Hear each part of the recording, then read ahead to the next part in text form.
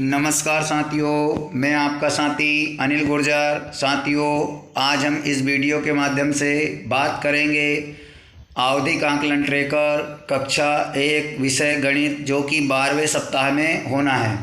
साथियों, आवधिक आकलन जो है बहुत ही महत्वपूर्ण है एफएलएन के नज़रिए से। तो साथियों, आप जो है आवधिक आकलन को एक बार बहुत ही अच्छी तरीके से समझ लें।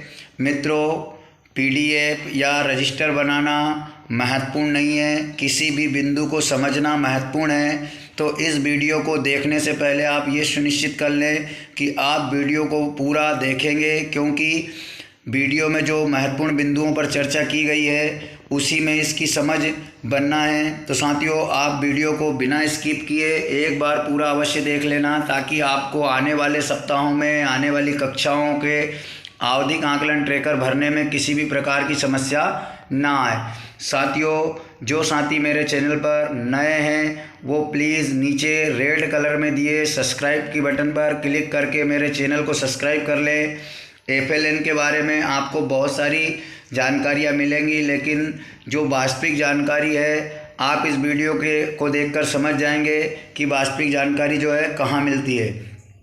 साथियों, अब हम चलते हैं। तो आपने देखा होगा कि इसमें आवधिक आकलन को लेकर 2 पेज दिए हैं, पेज क्रमांक 409 और 410।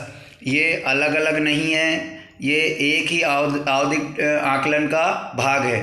तो इसमें कितनी चीज़ों पर इस सप्ताह में आवधिक आकलन होना है, हम पहले यहाँ से देख लेते हैं। साथियों, धैर्य रखें, आगे इसका रजिस्टर है, इसके कार्यपत्रक है कि कौन कौन से कार्यपत्रक में किस प्रकार लेना है, अभी हम समझ रहे हैं। तो सबसे पहले तो ऊपर दिया है कि कार्यपत्रक को जो हमने रचनात्मक आकलन में किया ठीक वैसे ही अगर बच्चा करता है तो टिक करना है, नहीं करना है तो क्रॉस लगाना है। लेकिन इस बार इसमें अंक का भी खेल है, अंकों का क्या खेल है इसको हम समझेंगे। तो सबसे पहले तो इसमें कितने भागों पर आकलन हुआ है। पहले संख्याएं 1 से 9, संख्याओं की अवधारणा 1 से 9, और उसके बाद में माप, आकृति और पैटर्न, इस प्रकार 5 मुख्य बिंदुओं पर आकलन होना है। अब इसमें आप समझेंगे कि संख्याएं 1 से 9 में क्या क्या पूछा है। तो संख्या बोध, संख्या मान, संख्या नाम और शून्य की अवधारणा। साथियों, जैसा कि हमने रचनात्मक आकलन में इन जो उद्देश्य हैं इन सब की उसमें परिभाषाएं दी थी कि हमें किस प्रकार इनका आकलन करना है। तो आप उन परिभाषाओं को समझ करके, जो डेफिनेशन दी थी उनको समझ करके इसमें भी उसी प्रकार आकलन आपको लेना है। तो साथियों, अब यहाँ पर कुछ दिया है, जैसे संख्या बोध 3, संख्या मान 2, संख्या नाम 4, शून्य की अवधारणा 2। तो इस प्रकार से ये क्या हैं। तो अब हम जो है इसको आप पहले एक बार ध्यान से देख लें कौन कौन से उद्देश्य हैं। संख्या बोध, संख्या मान, संख्या नाम, शून्य की अवधारणा। फिर इधर आ जाता है पहले बाद बीच की संख्या, अधिक और कम, संख्या तुलना, आगे पीछे की संख्याएं। इसके बाद में यहाँ पर दिया है लंबाई और ऊंचाई की तुलना, आकार की तुलना, भार की तुलना, समय अवधारणा, स्थानिक समझ, 3D 2D आकृतियाँ, पैटर्न और पुनः मूल्यांकन के अप्राप्त लक्ष्य। इस प्रकार से ये पूरा आवधिक आकलन ट्रैकर दिया गया है। तो अब हम चलते हैं, इसमें कुछ चीज़ें और देख लेते हैं, फिर हम चलेंगे वीडियो की ओर। तो साथियों, इसमें दिया है जो ए और एन दिया है, इसको आप बिल्कुल हटा दें, क्योंकि ये मिसप्रिंट है। इसमें एक बिंदु देना चाह रहे थे वो नॉट अचीव्ड, तो इसको बिल्कुल ध्यान नहीं देना है, ये मिसप्रिंट है, इसको हटा दें। अब यहाँ पर आप देख रहे हैं 4 4 4 2 2 2, तो इसका क्या मतलब है। तो साथियों, इसे आप समझ लें कि यहाँ पर आपको लंबाई और ऊंचाई की तुलना, अपन जो यहाँ चलते हैं, जैसे कि यहाँ पर दिया है 2/4, यानी इसमें 4 प्रश्न पूछे जाएंगे। 4 में से बच्चे को ऊपर जो दिया है संख्या बोध 3, यानी 4 में से 3 नंबर लाना होगा, यानी 3 प्रश्नों को सही हल करना होगा, तब जाके उसके सामने हम सही का निशान लगाएंगे। तो अब चलते हैं हम हमारे रजिस्टर और वीडियो की ओर, किस प्रकार से हमने यहाँ पर आकलन किया है। तो साथियों, ये जो देख रहे हैं ये है हमारा रजिस्टर, जिस पर कि हमने बच्चों का आवधिक आकलन लिया है। साथियों, इसमें आप सबसे ऊपर देख रहे हैं साप्ताहिक उद्देश्य, और साप्ताहिक उद्देश्य कौन कौन से हैं, वही है जो हमारे शिक्षक संदर्शिका की रचनात्मक आवधिक आकलन ट्रैकर में आए थे। सबसे पहले संख्याएं 1 से 9, संख्याओं की अवधारणा 1 से 9, माप, आकृतियाँ, पैटर्न। अब इसमें जो है हम देखेंगे, सबसे पहले इधर तो नाम लिख लेंगे। पहले नंबर पर आते हैं संख्या बोध। संख्या बोध में मैंने पहले बताया आपको कि जो बच्चा, आपको 4 प्रश्न आएंगे। अब हम देख लेते हैं कि 4 प्रश्न क्या हैं। तो साथियों, ये जो पीडीएफ आप देख रहे हैं, ये है संख्या बोध की। जो हमारे पहला जो उद्देश्य था संख्या बोध, उसमें 4 आ रहा था। यहाँ पर आप देख रहे हैं कि उसी संख्या पर घेरा लगाएं जो पहले ब्लॉक की संख्या है। बहुत सरल है, हमें जो है देखने में ज़रूर कठिन लगता है, लेकिन हमारे बच्चे इसको आसानी से कर पाएंगे। इसमें प्रश्न पूछा गया, उसी संख्याओं पर घेरा लगाएं जो पहले ब्लॉक की 4 संख्याएं हैं। साथियों, ये कार्यपत्रक, ये जो पत्रक है मूल्यांकन कार्यपत्रक, ये पत्रक भी बच्चों की जो वर्कबुक है उसके पीछे दिए, जैसे कि 147 पृष्ठ पे आपको ये कार्यपत्रक मिल जाएगा, जो हमारे आवधिक आकलन के प्रथम उद्देश्य को पूरा करता है। प्रथम उद्देश्य संख्या बोध है, उसमें 4 प्रश्न आए हैं। 4 में से बच्चे को 3 हल करना है, मतलब 3 करना चाह रही है, लेकिन अगर वो 3 सही कर पाता है तो उसको हम सही मानेंगे। तो यहाँ पर 4 कौन कौन से हैं, उन संख्याओं पर घेरा लगाना है जो इस ब्रैकेट में दी गई है। तो साथियों, यहाँ पर 4 प्रकार की संख्याएं दी है। अगर बच्चा 3 सही कर लेता है तो उसको हमें सही करना है। इसी प्रकार हम दूसरे को भी देख लेते हैं। अगला जो था साथियों, वो संख्या मान था। तो संख्या मान में क्या है, 3 दिए गए हैं। 3 में से बच्चा अगर 2 सही करेगा तो वह सही माना जाएगा। यहाँ पर 3 प्रश्न पूछे गए हैं। प्रश्न क्या है, दिए गए चित्रों को अंगुली रखकर या चित्रों पर लाइन खींचकर गिने और बॉक्स में उनकी संख्या लिखे। अगर बच्चा ये कर पाता है तो उसको हम सही मानेंगे। तो साथियों, इस प्रकार से सभी उद्देश्यों की बच्चों की वर्कबुक में पत्रक दिए हैं। आप उन पत्रकों पर बच्चों से कार्य कराना है। तो अब हम चलते हैं पुनः उद्देश्यों की ओर। तो साथियों, हमने 2 उद्देश्यों पर चर्चा की है, संख्या बोध और संख्या मान। वहाँ पर जैसे कि आप यहाँ पर देख रहे हैं 3, तो हमने देखा था कि 3 प्रश्न वहाँ पर थे, उसमें से अगर बच्चा 2 कर लेता है तो वह सही है। अब हमें देखना है कि किस प्रकार से इस पर हम टिक करेंगे। तो साथियों, यहाँ पर देख रहे हैं आप संख्या बोध में जो ऊपर के 4 बच्चे हैं उन्होंने 3-3 अंक हासिल कर लिए, लेकिन जो आस्था नाम की बालिका है उसने केवल 2 ही अंक अर्जित किए थे 4 में से, या 2 ही प्रश्नों के सही जवाब दिए थे। तो हमने प्रथम दिवस में क्या किया है कि उसके अंकों को लिखा और क्रॉस का चिन्ह भी लगाया, लेकिन उसमें हमें साप्ताहिक आकलन का डिवाइडेशन किस प्रकार करना है। 6 दिन रहते हैं आकलन के। 6 दिनों में से प्रथम 2 दिवस तो हमें बच्चों को पुनरावृत्ति कराना है, मतलब जो उसने सप्ताह 11 तक अध्ययन किया है उन उद्देश्यों को पुनः रिवीजन करवाना है। और जो तीसरा दिन आएगा, सप्ताह 12वां का तीसरा दिन, उस दिन हमें ये आकलन लेना है सभी बच्चों का। तो उस दिन के आकलन में बच्चा जो अंक अर्जित करता है वो ऊपर वाली लाइन में जो दिया है, जैसे 2/4 दिया है इस बालिका का, आस्था का, वो तीसरे दिवस का आकलन था। फिर जब हमने देखा कि बालिका इस उद्देश्य में कमज़ोर है तो उसको चौथे और 5वें दिन पुनः अध्यापन कार्य कराया और 6वें दिन पुनः आकलन लेना है। लेकिन 6वें दिन में उसने जो है 3 नंबर ले आई या 3 प्रश्नों के सही जवाब दे दिए। तो हमने उस पर गोला लगाकर, काटना नहीं है, अलग पेंसिल से गोला लगाना, अलग पेन से गोला लगाना है और नीचे जो है सही तरीके से जो उसने अंक अर्जित किए वो लिखना है और सही का निशान लगा देना। तो इस प्रकार इसको ट्रेकर अपडेट कहते हैं। तो साथियों, ये यहाँ पर 3 जो नीचे के बच्चे थे, आस्था, ऋषभ, गोविंद, इन्होंने जो है पहले प्रयास में कम अंक लेकर आए थे, लेकिन जो उनका 6वें दिन आकलन पुनः आकलन किया उसमें उन तीनों ने जो अपने जो निर्धारित अंक थे वो अर्जित किए और वह इस उद्देश्य को पूर्ण कर पाए। तो साथियों, ठीक इसी प्रकार दूसरा भी है। दूसरे में भी यही कंडीशन है कि किसी बच्चे ने पूर्ण तरीके से पहले ही प्रयास में पूर्ण तरीके से उद्देश्य को पूर्ण कर लिया, किसी बच्चे ने दूसरे प्रयास में किया है। ठीक इसी प्रकार अगला जो है वह संख्या नाम है। इसमें आप देख रहे हैं कि 4 दिए हैं कि 4 नंबर बच्चे को लाना है। तो इसमें कितने प्रश्न रहेंगे? 5। तो साथियों, देखते हैं कौन कौन से 5 प्रश्न हैं। तो साथियों, ये आप देख रहे हैं कार्यपत्रक दूसरा, जो कि बच्चे का पेज क्रमांक जो 48 होगा 148 उस पर। अब हमने देखा था कि तीसरा जो उद्देश्य था वो कौन सा था, संख्या मान।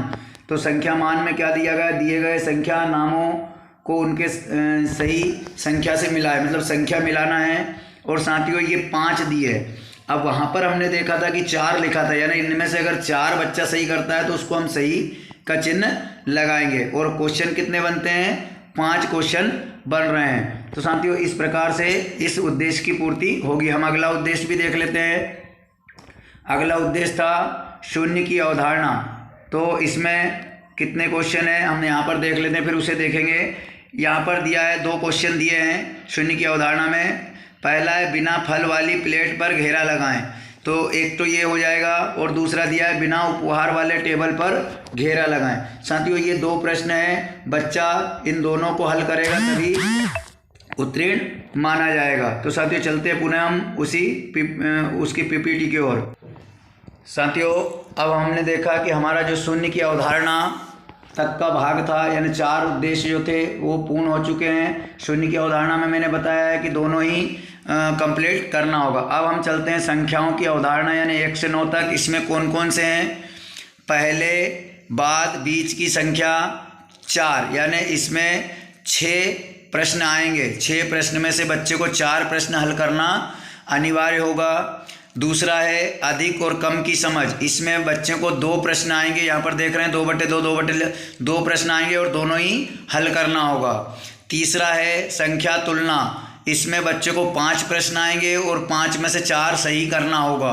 और अगला है आगे पीछे की संख्या। इसमें 2 प्रश्न आएंगे और दोनों ही बच्चों को सही करना होगा। तो इस प्रकार आप इसको पहले समझ लेते हैं, फिर हम देखेंगे उसके बच्चे के कार्यपत्रक। तो इसमें कुछ बच्चों ने पहले प्रयास में नहीं कर पाए, जिनको कि हमने 6वें दिन बच्चे का आकलन लिया, उसमें वह उन उद्देश्यों की पूर्ति को कर पाएँ। तो साथियों हमने उसको फिर बाद में सही का चिन्ह लगाया है। अब हम देखते हैं कि इसमें किस प्रकार के प्रश्न आए हैं कार्यपत्रक में। ये हमारा जो उद्देश्य क्रमांक 5, 6, 7 और 8 है, तो इनको आप एक बार पुनः देख लें। पहले बाद की संख्या, इसमें 4 अंक सही करना है, 4 प्रश्न सही करना है। अधिक और कम की समझ में 2 प्रश्नों में से दोनों को सही करना है। संख्या तुलना में 4 प्रश्न सही करना है, 5 प्रश्न आएंगे। और आगे पीछे की संख्या में 2 प्रश्न आएंगे, दोनों को सही करना। देखते हैं किस प्रकार से प्रश्न आए। साथियों यहाँ पर देख रहे हैं आप कार्यपत्रक 3। तो इसमें ठीक पहले बाद की संख्या, तो यहाँ पर कितने प्रश्न आए, 4। स्कूल रेडीनेस, तो ये आया है प्रश्न ठीक पहले बाद की समझ वाला।